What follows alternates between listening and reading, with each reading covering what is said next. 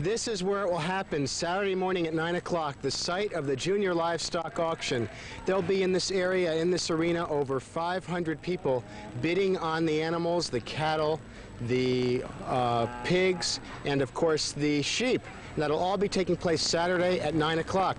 I understand this year there will even be a lot of doctors out here because of my starting this out here last year with being the first doctor to be out, which is I'm proud of, I have to say. But we're looking forward to it, and I hope that you all come out and support the Junior Livestock Auction this Saturday right here, the Livestock Pavilion. The area is covered with tarps. It won't be very hot. It's nice and cool. Food will be provided for all people who are bidding. So I want to see you right here with me Saturday morning at 9 o'clock for the Junior Livestock Auction.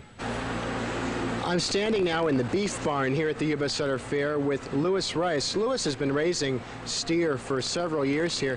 Lewis, which animal back here is yours?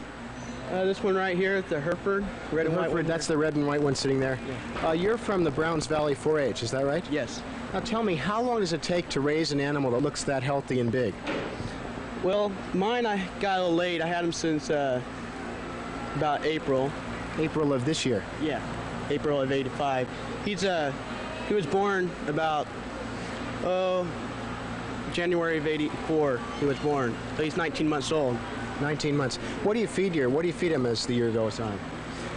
Well, he just grain. I feed mine about 18 pounds of grain a day, about 15 pounds of hay and grass he gets a day. So that grain really makes a difference in building up the weight, isn't that true? Yes. Do you have any ideas what you expect to get for him at the auction this year? No, the market of beef is really down this year. Wow. And any idea what it is? It's supposed to be about 60, and now it's down to about 40 cents, and it's going to hurt the 4-H people this year. Wow. So you multiply that 40 cents by the weight of the animal, right? To get an idea, how much does yours weigh? Mine weighs 1138. Yeah, 1,138 pounds times 40 cents, right? Times the 40 cents would be what you get just from market value. Yeah. But at the auction, we try to bid that up higher above market value so you can get some profit here and use that for the next year to raise another one. Isn't that right? Yes, that's right. So I bet you're looking forward to Saturday morning, aren't you? Uh-huh. Well, I'll see you there, Lewis, and thanks for letting us talk to you today. Each year at the livestock auction, the animals, the children's animals for FFA and the other organizations that are involved, have the animals judged. And there's certain criteria that are used for that judging. Now, being from the big city, I'm not familiar with that. But today I have Mr. Gary Clausen, who happens to be an instructor at Merced College, who's been judging animals for over 20 years. Mr. Clausen, thank you very much for letting us work with you today. Oh, it's a pleasure to be here today. Could you show us on this dairy cow right here exactly what are some of the criteria used in judging? All right, the criteria used in a dairy cow, if we stand back and let them get a view of it here. One of the things we're looking for is we're looking for balance. We're looking for enough rib capacity in the cow so that she can ingest a lot of feed, still have room to develop a calf. And probably the most important thing is the udder down underneath her. This is where the milk comes from.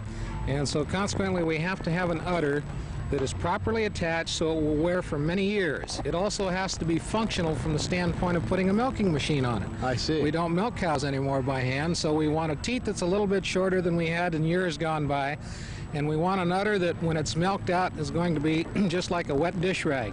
It'll just collapse.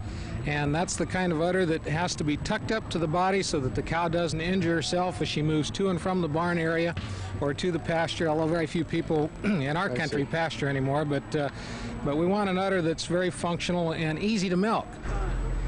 Well, I have to admit, I've really enjoyed exploring some of the animals here by the Livestock Pavilion. It's really going to be a good auction on Saturday, but uh-oh, what did I just step in here?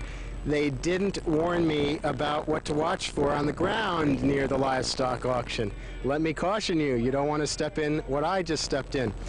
Well, I'm going to head back over to my office, but I think I better stop home and change my shoes. See you at the auction on Saturday morning at 9 o'clock.